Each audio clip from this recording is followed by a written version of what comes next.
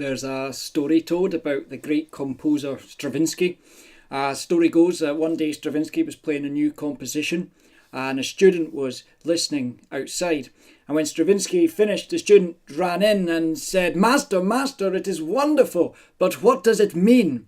And note, by the way, how Stravinsky's students behave towards him. One day I'm going to post some crap short story that I've written, and however bad it is, I hope there'll be lots of comments of the sort, "Master, master, it is wonderful, but what does it mean?"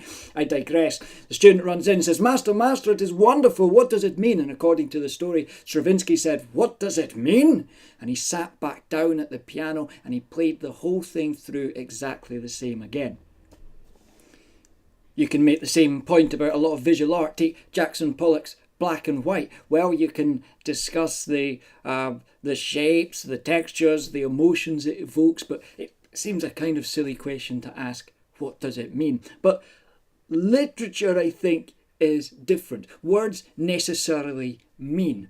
If you had someone who was only interested in the shape of letters or in the sound of letters, we might call them an experimental visual artist or an experimental musician. We wouldn't call them a writer. And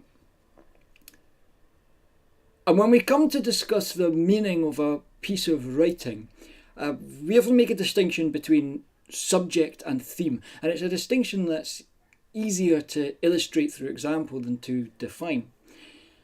Imagine you've got a story about a little boy and he loves playing with a toy car, right? That's just his thing. He's mad for it. Every day he skips school and he's just out there on the street playing with his radio-controlled car, and he's there. He zooms it about and bounces it off curbs, and the whole shell of it vibrates. He loves it.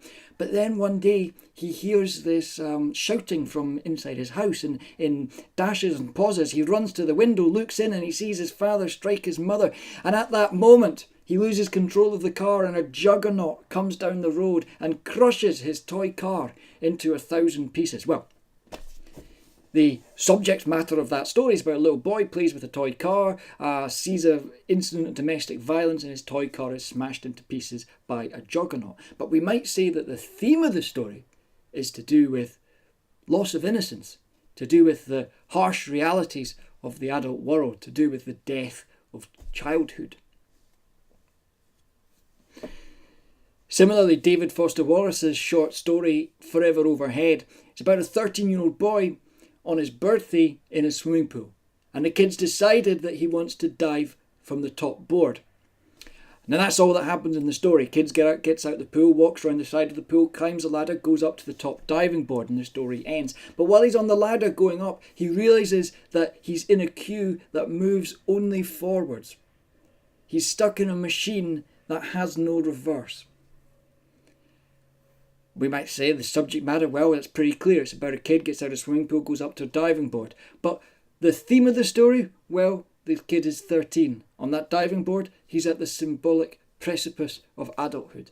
The theme, again, it's about growing up, right? It's about the irreversibility of time. It's about the fact that we must all get older. We must all lose our childhood. And eventually, we must all die. Sometimes people say, well, what's the theme? They say, well, the theme, that's what the story's really about. But I don't think that's true. If you read Forever Overhead, you'll see that this story is really about this kid in this pool in Tucson, Arizona. And Foster Wallace is at great pains to capture that experience, to describe the sun setting behind the mountains like the EKG of a dying day, to describe the shiver as the chill hits the beads of water and the smell of chlorine. This story is really, really about that pool. Rather, I think the theme describes some generalization that we can take from the story, something that makes it relevant to us. Think about it. When you read a piece of fiction, it's not like reading a friend's Facebook post, right? You don't know these people. Hey, these people don't even exist. It's not like when you read the, oh, look, Tom had toast for breakfast. Lol, Tom, he loves his toast. He does. It's not like that. So why should we care about some kid in a swimming pool in Tucson? We don't know him. It doesn't matter to us. I've never been to a swimming pool in Tucson. I don't care what it's like there. What makes a story relevant to us is the theme. I may never have been to a swimming pool in Tucson, Arizona. I may never have been off a diving board. But I and you and everyone else has had to go through that transition from childhood to adulthood. We all must face the irreversibility of time. We all must deal with the inevitability of growing older and our ultimate mortality. Thanks for watching, and good luck with your writing.